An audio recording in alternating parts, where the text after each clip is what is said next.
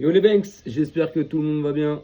Moi ça va. Alors petite vidéo aujourd'hui sur le match d'hier entre l'Italie et la Norvège. Donc il y a des choses à dire concrètement. Alors victoire de la Norvège en terre italienne, 4 buts à 1. Alors déjà il faut rappeler qu'au match aller, la Norvège avait tapé et battu l'Italie 3-0.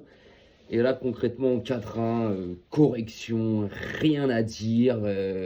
Donc, bon, après, bon, avant ce match-là, concrètement, pour que l'Italie se qualifie directement en Coupe du Monde et termine première de son groupe, donc à la place de la Norvège, il fallait que l'Italie gagne 7 ou ouais, entre 7 et 8 à 9-0, je crois, ce match-là. Donc, autant dire qu'avant le match, on savait que les Italiens allaient au barrage. On le savait, il n'y avait pas de souci. Mais en moins termine sur une bonne note. Et c'est en plus, t'es à la maison, t'es à Rome.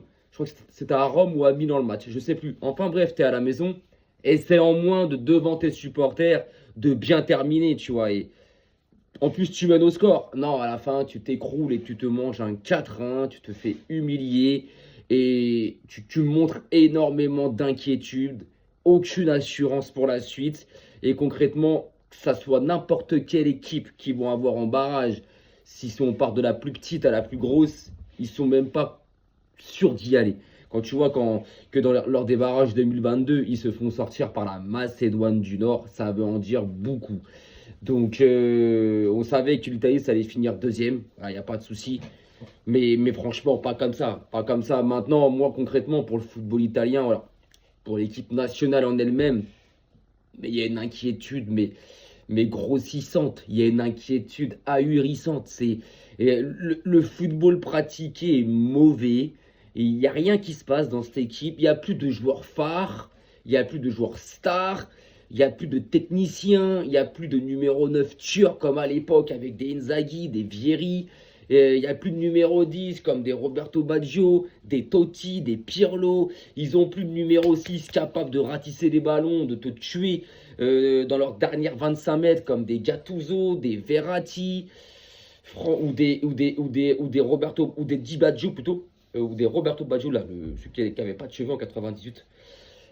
Donc du coup, ouais, ils ont plus la défense d'avant. Alors ça, c'est clair, il n'y a plus de Zambrotta, il n'y a plus de Desta, il n'y a plus de Maldini, il n'y a plus de Buffon au cage.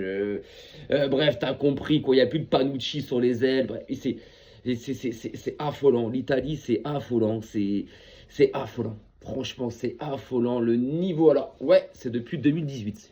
Parce que 2018, ils vont pas en Coupe du Monde. 2021, ils sont champions d'Europe. Tu te demandes comment. Alors, concrètement, c'est vrai qu'en 2021, c'était l'une des plus belles équipes de l'Euro. Je dis bien de l'Euro à avoir joué. 2022, ils vont pas à la Coupe du Monde aussi.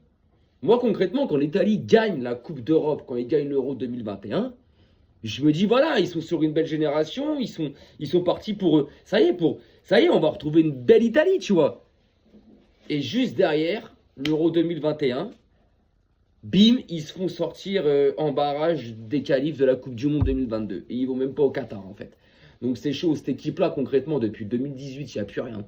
Il y a plus rien qui se passe. Les entraîneurs, c'est pareil, ça passe, ça vient, ça dégage. Je sais pas, tu prends le 11 d'hier, au cash, c'est Donnarumma. En défense, tu as Di Lorenzo, Mancini, Bastoni. Bastoni, c'est peut-être, allez, c'est peut-être le meilleur défenseur qu'ils ont dans leur équipe.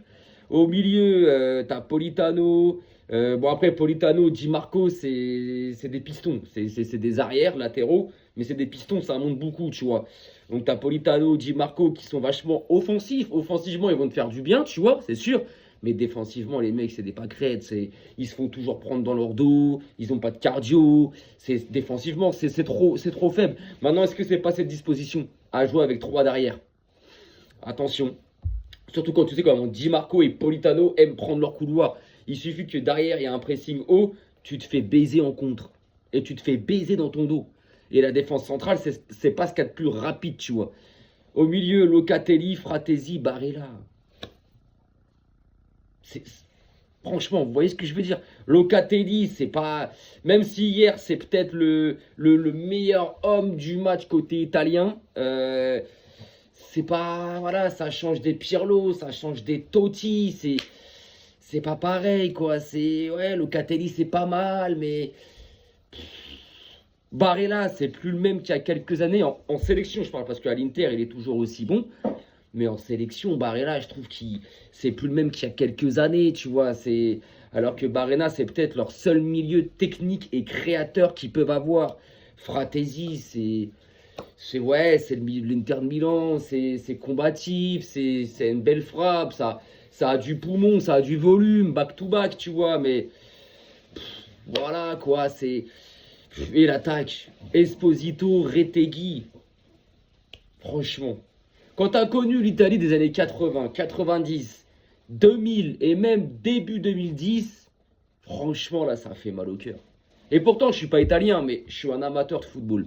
Je suis un fan de football. Donc concrètement, j'aimerais voir l'Italie en Coupe du Monde. Alors, qu'ils y soient pas, je m'en balance, je m'en cogne. Mais quand tu es un amateur de football, tu veux voir l'Italie en Coupe du Monde parce que ça reste par son histoire, ça reste une belle équipe. Ça reste une grande équipe, ça reste une équipe qui a toujours été là. Maintenant, ça arrive depuis 2018, à part la parenthèse Euro 2021. Depuis 2018, c'est catastrophique. Je sais pas, moi, ce qu'il faut. Je pense que c'est la formation aussi italienne, la Serie A. Je pense que c'est la Serie A depuis des années. La Serie A, il n'y a plus rien, il n'y a pratiquement plus rien. C'est pratiquement la même équipe qui est championne.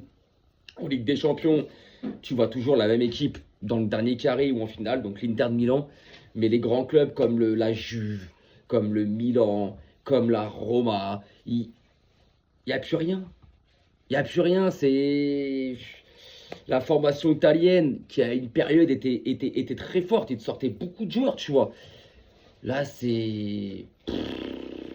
Pour sélectionneur, ça doit être compliqué, je pense. Et franchement, quand tu joues la Norvège qui est une équipe montante, qui est une équipe qui produit un beau jeu, un beau football, qui devant a des Sorloth, a des cyborgs comme Haaland au milieu de terrain, qui a des Odegaard, bon là qui est blessé, mais qui a d'autres milieux comme Berg, comme Berge et comme Torsfets, ou comme Moussa sur les côtés, tu sais que c'est une équipe, ça joue au football. Et concrètement, si en face, toi, t'es pas confiant de ton football, la Norvège, ils vont te piquer, ils vont te punir. Ils vont pas t'attendre, ils vont avoir aucune pitié, tu vois. Et c'est ce qui s'est passé hier. L'Italie ouvre le score. Concrètement, sur la première mi-temps, l'Italie domine sur la première mi-temps, on va dire, tu vois. C'est eux qui ont plus d'occasions. Sur la première mi-temps, concrètement, tu ne vois pas la Norvège. Tu ne vois pas la Norvège. C'est l'Italie qui domine. Après, c'est logique, les mecs. Ils sont chez eux. Alors, ils n'avaient pas de première place à aller chercher concrètement, comme on l'a dit, parce qu'il fallait qu'ils gagnent 7 ou 9-0. Bref, il fallait qu'ils mettent un top score, chose qui qui était même impossible. Mais en deuxième mi-temps, voilà quoi, ils se font exploser. Maintenant, est-ce que Gennaro Gattuso est l'entraîneur qu'il faut avoir? Pour moi, non. En tant que joueur, déjà, ah oui. C'est un numéro 8, bon, plus un milieu défensif qui te rentrait dedans, Ok, après, voilà, on l'a tous vu jouer dans les années 2000-2010.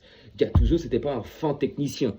C'était pas, voilà, mais quand il te rentrait dedans, il te rentrait dedans. Maintenant, est-ce qu'en tant que coach, c'est lui qu'il faut pour l'Italie? Moi, je suis pas sûr. Voilà, c'est... Moi, il faudrait ramener un Maldini, mais Maldini, il est directeur au Milan, mais il faudrait ramener un Maldini ou un Nesta ou un Pirlo. Il faudrait ramener des mecs comme ça, tu vois. Et en deuxième mi-temps, l'Italie se fait secouer parce qu'en deuxième mi-temps, la Norvège sort un peu, commence à pratiquer son football, commence à se créer beaucoup d'occasions parce qu'en première, ce qu'il n'avait pas. Et en deuxième mi-temps, croquettement, l'Italie ouvre le score par Esposito à la 11e. Et derrière, tu as Nusa qui égalise à un partout à la 73e, à la 63e. Et après, 78e, Haaland 2-1. Et une minute après, ce qui veut dire sur l'engagement, Haaland 3-1. Et après le 4-1, la 93e minute de jeu. Donc, non, concrètement, l'Italie, c'est pauvre. C'est pauvre. Tu prends les stats en possession, ouais, ils ont 58%, la Norvège 42%. En XG, en but attendu, ils ont que 1,31. La Norvège a 1,59. C'est pas énorme aussi, mais la Norvège, c'était pas à elle de faire le jeu. C'était pas à elle d'aller chercher les 3 points. Concrètement, ils étaient sûrs de terminer premier. Voilà, c'était un match pour eux. de gala, on va dire, tu vois. Et ils ont plus de XG attendus que l'Italie. Et c'est pas normal. En termes de frappe, on est à 15 côté italien, 13 côté norvégien. Donc vous voyez, c'est vraiment collé. En termes de tir cadré, on a 4 côtés italiens, 5 côtés norvégiens. Ce qui veut dire que le ratio est le meilleur côté norvégien, les gars. Et puis après, bon bah, il y a quoi? Occasion manquée. Ouais, ballon touché dans la surface adverse. 20 pour l'Italie. 26 pour la Norvège. Donc en fait, la Norvège, t'as l'impression que c'était à elle d'aller chercher cette victoire pour finir première. Alors que de base, c'était l'inverse. Donc non, franchement, l'Italie, c'est médiocre. C'est médiocre et moi, je suis concrètement inquiet pour leur futur. Maintenant, on va voir qui vont prendre au barrage. Donc ça, on le saura au mois de décembre, il me semble. Lors du tirage au sort de la Coupe du Monde, il me semble que c'est là qu'il va y avoir aussi les tirages au sort des barrages qui se jouent en mars ou en avril.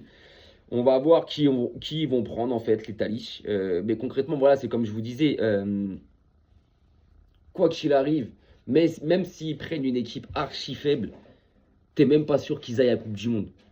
Parce que déjà en 2022, en septembre 2022, ce qui veut dire 2 mois et demi, 3 mois avant la Coupe du Monde 2022 au Qatar, quand ils jouent les barrages contre la Macédoine du Nord, en plus chez eux, en Italie, tout le monde se dit c'est bon, Benef, ouais, c'est la Macédoine, mon gars, c'est la Macédoine, tu vois. Ils se font sortir, ils se font battre 1-0.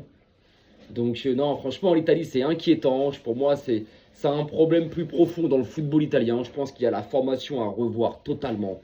Il y a les coachs aussi à revoir. Pour moi, il y a une génération, il y a des joueurs qui n'arrivent plus à sortir. Il n'y a plus de talent.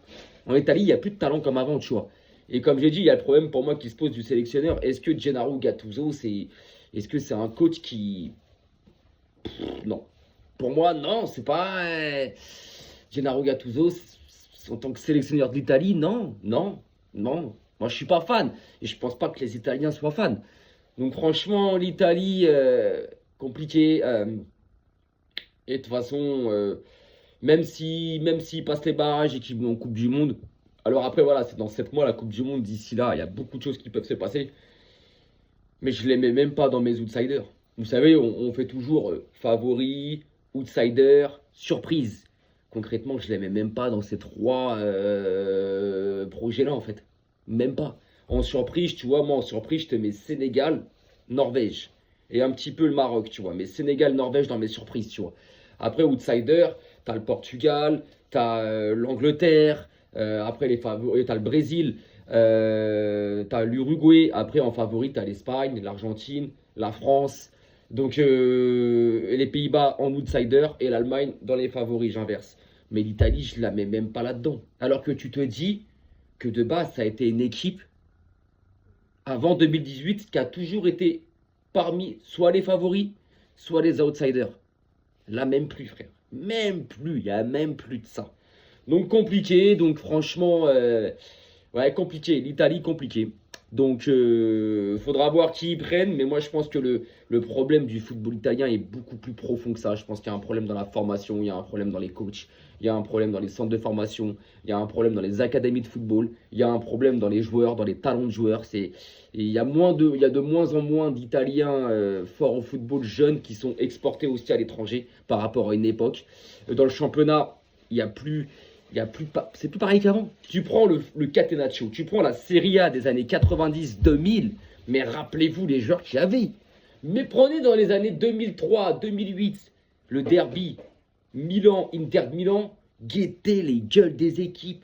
C'était le duel des titans, les mecs. Tu prenais d'un côté le Milan et de l'autre côté l'Inter, t'avais du Ibrahimovic, du Shevchenko, du Inzaghi, du Adriano, du Cambiaso, du Maldini, du Ronaldinho, du Nesta, du Vérone, du Crespo, du... Non les gars, c'était exceptionnel. À chaque mètre carré, il y avait un top joueur mondial.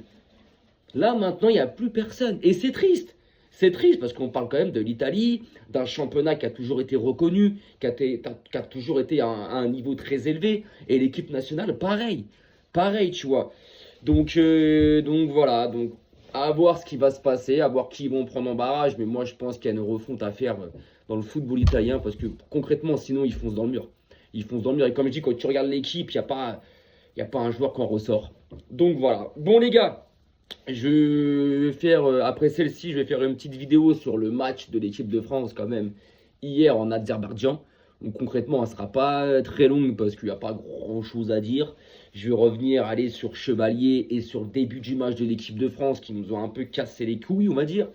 Mais généralement, après, dans l'ensemble, bon, voilà, on s'est un peu baladé.